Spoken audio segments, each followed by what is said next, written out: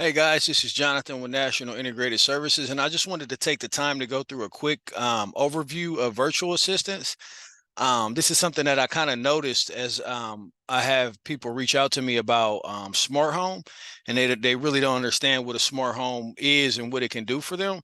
So I just made a quick presentation, and what I like to do is as I go into more tutorials and we build up our YouTube channel in our blog, of course, and vlog, we're going to have it set up where we give you an introductory to something. And then we'll also have in there where we go in and we actually show you how we set these things up, just so you can kind of see it and then you can kind of see the benefit. So let's jump into the presentation. Again, this is just like virtual assistants. Hey Alexa, turn on the TV, or hey Siri, what's the weather, all that kind of stuff. So let's take a look at this together. And I know it's hard to embrace something for your home if you're not really sure about it. And some people are sure about it, right? So I never want to make the assumption that everyone is on the same page as far as understanding the technology. So we just really want to go through and discuss this of just an overview. So the name of my blog post is going to be The Rise of the Voice Assistant, Changing the Dynamics of Human Interaction, changing the dynamics of how you and I interact with devices. The Internet of Things is not going anywhere. I can remember when I was studying at Columbus State and hearing about the Internet of Things and thinking to myself, I was studying for my CCNA. So at the time they were still offering the CCENT, and then we were doing the CCNA, and the Internet of Things was like one of the initial concepts. And I was thinking to myself, that's pretty cool the way they have it set up. Also, cloud technology, I thought that was pretty cool with edge technologies and things like that, as far as like where your data is and how fast you can get to whatever it is you're trying to get to online, mostly a website. So this is stuff that's not going anywhere, and it's just becoming more and more. And now it's just a big part of our lives, and it's going to become even more. So agenda, we're going to talk about what a digital assistant is.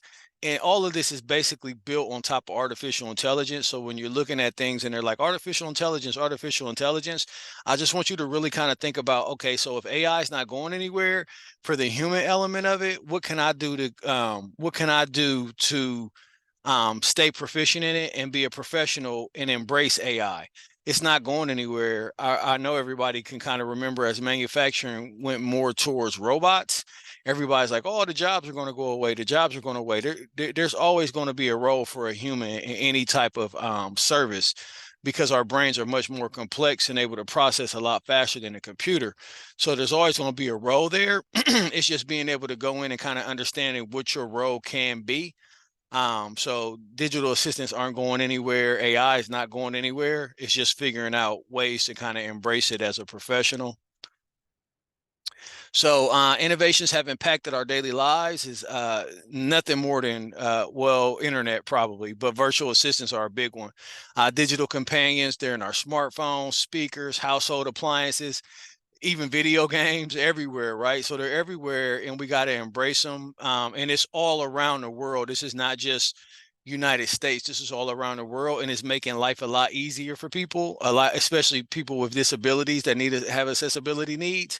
So setting this up accordingly and in the right way can impact their quality of life, which is really, really important.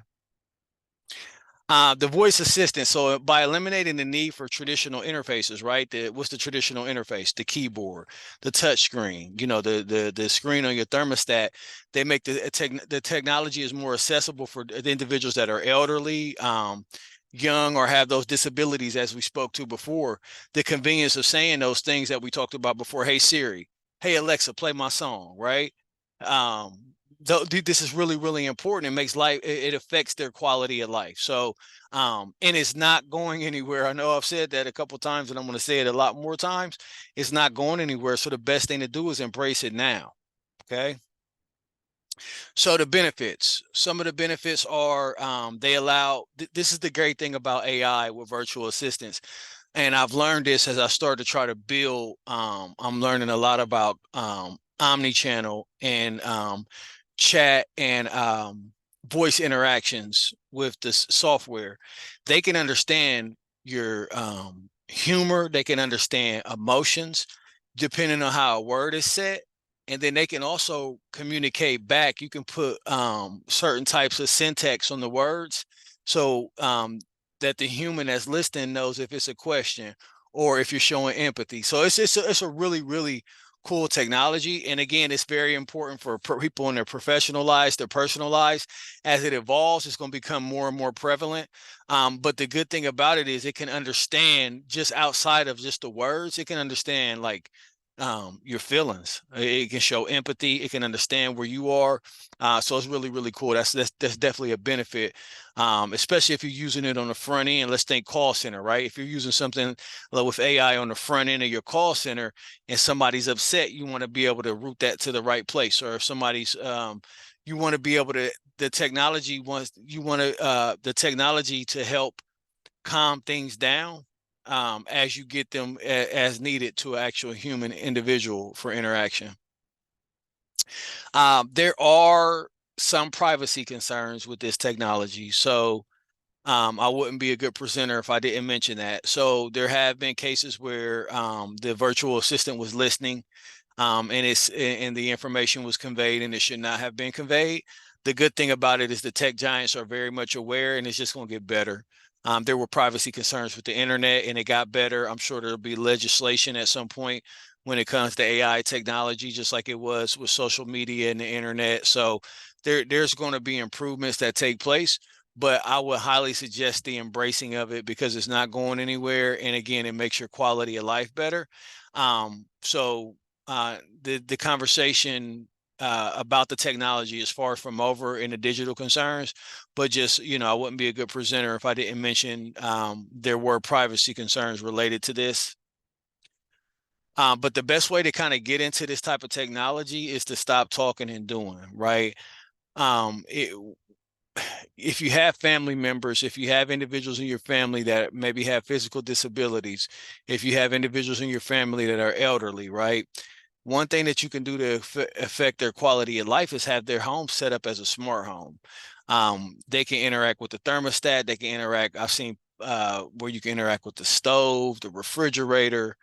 All these things can be set up in a smart home capacity. And this is where National Integrated Services can come in and help you can configure these things. We can actually go through a remote call and help you configure it on your own. But one thing that we pride ourselves on is making sure that we affect people's quality of life. We're all about making things more accessible. We're all about making life easier for individuals. So if you have questions, definitely reach out to us. But it's something that you got to stop talking about, right? Don't be a spectator. Hop in the game.